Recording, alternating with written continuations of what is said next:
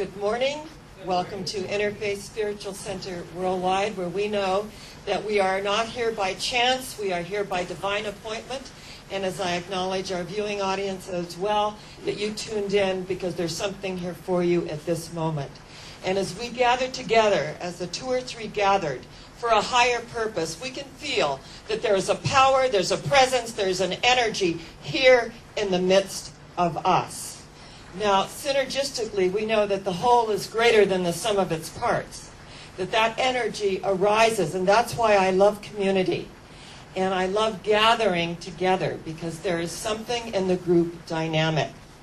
And that as we join in this energy, we grow and unfold in miraculous ways. And all that takes is a desire. So the theme for the month is We Are the World. And today we know that that which we are seeking, we are that. And what that means is the thing we're looking for, that great mystical saying, the thing we're looking for, we're looking with. That energy is right where we are. And as we access that higher energy, that higher presence, and we begin to open to it, our life shows up in a way that it has never shown up before. And I have borne witness to this time and time again. And in all my years of counseling, over 40 years of counseling, and seeing the transformations of those who really do want to move to the next level. I've also seen those that just like to tell a good story, and keep telling it. But those aren't the ones that come back to me, because what I know is that when we are serious about our growth and our unfoldment, and moving to the next level, when we're serious about that, then we put the works with the faith. We do our work. And as we do our work, we open to a higher way of being in the world, but guess what? Not of it. Being in the world and yet opening to a much higher energy that's there, that's available for us. So what happens in our world is that we listen to the media, we read the newspapers, we hear a lot of things that are going on out there. But I never allow that to touch me or move me. And it's very interesting because I'll be speaking in Africa at the end of November. And I've had many people that are well-meaning, that are on social media, who have said, there's this great outbreak of Ebola. And so, maybe you shouldn't go. And I always write back and thank them for their concern, but the truth is, fear magnetizes the negative. And that when the most communicable disease on the planet, when Jesus walked the earth, was leprosy. He went into the leper's cave, he touched them, and they were made whole, perfect, and complete, because he was empowered with that knowingness that his God was bigger than any diagnosis. So when we speak our word and our way of life, we do not put it out there that we're going to have it, that we want it. We affirm, declare, and know that it has already happened. It's already an accomplished fact in mind and experience. And it's the habit patterns that keep us from really experiencing all that we are. We had a student in our Science of Mastery class. And he went through a liver transplant. He's been, he did that twice. He's been through everything that you can just possibly imagine. And he came in one Sunday, and he'd had a surgery that wouldn't heal. And as he sat through the morning spiritual treatment, the meditation, he said he felt something happen on his side. And he felt an energy, and almost like an electricity in his side. When he went on that following Monday morning to the nurse and she undid the bandage, there was nothing there. And everyone told him, this is impossible, that can never happen. And he said, I listened and it began to ooze the next day. It began. After I had this amazing healing, I couldn't believe it. And when something good happens to us, we go, I can't believe it. Why not? Didn't you pray for it and you asked for treatment and we were there knowing the truth and affirming the truth for you? But we neutralize it when we say to the universe, oh, I I can't believe it. And it says, oh, okay. Then we'll just put it back the way it was. And you get to deal with that. So when we open and we say, thank you, Father, Mother, God, for the abundance that is mine. I am happy, healthy, prosperous, and free. My life is working magnificently. And that when we've got things going on in our experience and we say, well, you know, I don't feel like I'm being truthful. I mean, I'm mouthing these things, but I don't feel that it's really so. Well, in the 12-step program, there's something called fake it till you make it. And the Dalai Lama says, assume the virtue, though you have it not, and behold, you will have it. So we assume the virtue. We assume the energy. And if we, it's amazing. We do a mastermind. In every Science and Mastery class, we end with the mastermind, the 7 steps into the mastermind principle. And one of the steps is, I assume the same feelings I would have if my request were already fulfilled. That is the energy that we move on. And that when we are experiencing dis-ease in our body, it's very difficult to remember when we felt good. But it is imperative that we call in that energy. And that there is a creativity. We are always creating. Every thought we think. And scientists say we're thinking 60,000 thoughts a day, if not more. That we open and we begin to direct the energy. We begin to affirm the truth for ourselves. Because as Jesus, who became the Christ, said, it is done unto you as you believe. And if you're telling the universe you can't believe it, the universe is agreeing with you. God always says yes. Isn't it amazing how that works? God always says yes. So when we speak our word into the law of mind, it is received. And it's very, very important that that which we are seeking is seeking us, but we are that. It just hasn't shown up in this outer reality, but it is there. We open to it. We step into our new estate. We give thanks in advance that this is an already accomplished fact in mind and experience. That I am not going to magnetize the fear.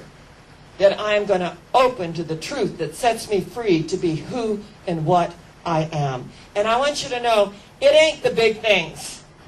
We arise to the crises. We're there. Oh, are we ever? It's the everyday. It's the routines of work.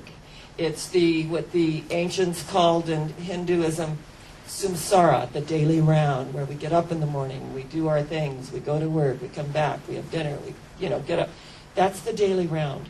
But there is a very fine line between the daily round, which is samsara, and nirvana, which is the highest state of heaven on earth that we can attain to. There is a fine line. So as we begin to turn the routines of work into celebrations of life and love, and to recognize how grateful we are. I took my 90-year-old fairy godmother out to lunch, and we were sitting there at Spencer's, and we were outside, and there was the trees and the energy and the palm trees, and the staff was so loving and wonderful. And we were talking about gratitude, and that gratitude truly is the brightest beam to heaven. It is the highest state as far as calibrated. Dr. David Hawkins, who wrote Power versus Force, is calibrated as one of the highest vibratory frequencies. And Nikola Tesla said, and I love this man, he said that the secrets of the universe will be revealed to us if we can begin to think of life as energy, frequency, and vibration. Energy, frequency, and vibration. Then we get ourselves out of the personality realm and into energy. And if it's a vibrational match, wonderful, fantastic. And if it's not, that's all right too. Because energetically we are blessing every divine appointment that we have that comes into our sphere. One of my Facebook friends, Pam Smith, is a hospice worker.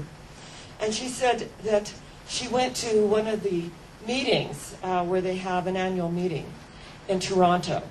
And there were over 100 people that showed up. And one man stood and he said, I just want to thank all of you hospice workers that were there for my wife when she died last week. He said, my daughter, one of my 3 daughters, was knitting squares, little squares to make a blanket for her mother. And the nurse knew that her mother was going to transition very quickly. And this little girl was in the living room, she was in the kitchen, she was at her mother's bedside at the hospital. She was just knitting up a storm on these little squares to make her mother that blanket. And so the hospice worker said, I'll bet you need some help, because she knew the time was very near. And so she said to all the nurses and the volunteers, if you know how to knit, we need some squares. This little girl's making a blanket for her mother because she said, I don't want, my mama's not going to be burned. She wants to be buried, and I don't want her to be cold. So I'm knitting this blanket for her. So she put it out on social media. In 3 days, she had like an amazing amount of knitted squares. She helped the little girl sew it together and made this beautiful blanket. She goes, but I want to sleep with it so that when my mama's buried, she said, she'll feel me. So she slept with her beautiful blanket that she made with her energy. The hospice workers, the volunteers, and all social media. I mean, I could make a good attempt to sew it together, but not the square. That's just not my gift. And they just arose to the occasion of this immediate need. She slept in that mama's blanket. And the next morning, her mother passed. And so she took the blanket, and she put it over her mama. And she said, now you can feel me for the rest of our lives. And I thought, our lives are so interconnected. They are so amazingly interconnected. They are woven together in just amazing tapestry. This blanket that covers us from the cold, from the outside, from the energies of the universe. This blanket of love. That every time we see one another and we greet with love, that is another square in this great, beautiful blanket of love. Every time that we take higher ground is another square that we can sew into this universal blanket of love. Every time we open ourselves to compassion and understanding, every time we heal and we forgive, that blanket, that universal blanket of love just gets larger and larger and larger. And suddenly we are so covered and feel the warmth and the energy of this universal blanket of love. That what is death? Really, what is death? Dr. Holmes said, death is just an impatient gesture of the soul to rid itself of a body it no longer needs. That we are moving on. And Rabindranath Tagore, the great Indian mystic, said death is turning off the lamp because dawn has come. And that we drop this physicality and we move on. So as we gather in life, acknowledging the thing I'm looking for, I'm looking with, that what is it that we really want to do? I have people that in our mastermind classes say, I want $1 million. And I said, well, what would you feel like you could embody right now? And they said, 10,000. It suddenly goes down. Someone else says, I want the perfect relationship. So what would it take for you to become that? It like gets their attention. The thing we're looking for, we're looking with. I want perfection in my body temple. Are we willing to release the dis-ease? Are we willing to totally release what no longer serves us? Are we holding on for some specific reason because it's part of our security? It's part of the known. And the unknown is to open to the truth that sets us free to be who and what we are. In my conversation with my fairy godmother, she said that she knows someone who is going through just this amazing experience. And he said, and I know by the end of the year I'll be in a wheelchair. And I said, why would anyone affirm that? Why would we make a statement and a declaration to the universe that we're going to be in a wheelchair? Why not acknowledge that our God is a God that absolutely knows the truth and perfection of who and what we are, and that which no longer serves us, we release, return it to its native nothingness from whence it came. And we can let it go and let the energies of the friendly bacteria come back into our immune system, that we can begin to open to the truth. And as we begin to declare the truth of our being, which is that perfection, that wholeness, Jesus said, "Know ye not that ye are perfect, that ye are God's." I think that's a lot to open to. And if we begin to reveal that to ourselves, we'll drop what no longer serves us and live a quality of life here and now. And what I know is that this works. It works to the degree that we work it. And Dr. Holmes said it appears at times not to work, but it's still working. It's only working to the degree that we're working it. And if we're not working it, it's not working. So, we may think, oh my gosh, this doesn't work. Look, my life's still this, this, and this. Well, as long as we look at this, this, and this in that same way, energetically, it's going to turn out exactly as it was.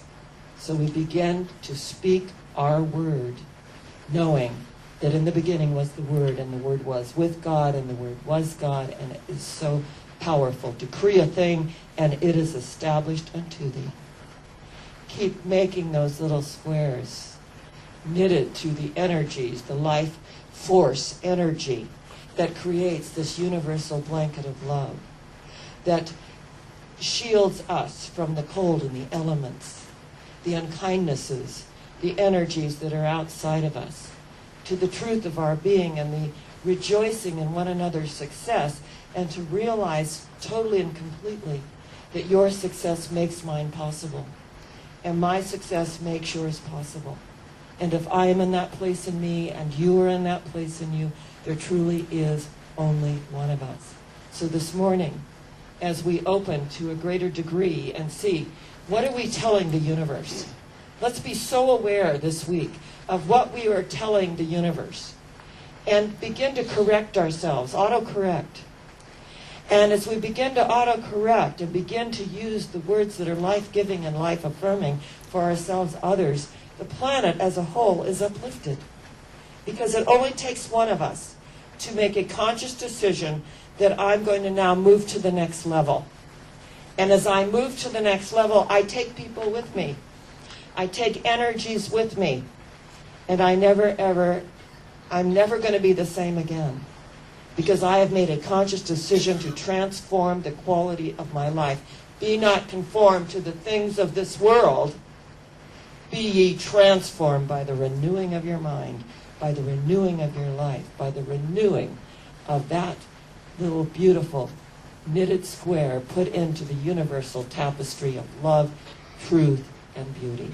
So today I greet you, but not quite as the world greets you, but with profound esteem and the recognition that we are one. And where are we going?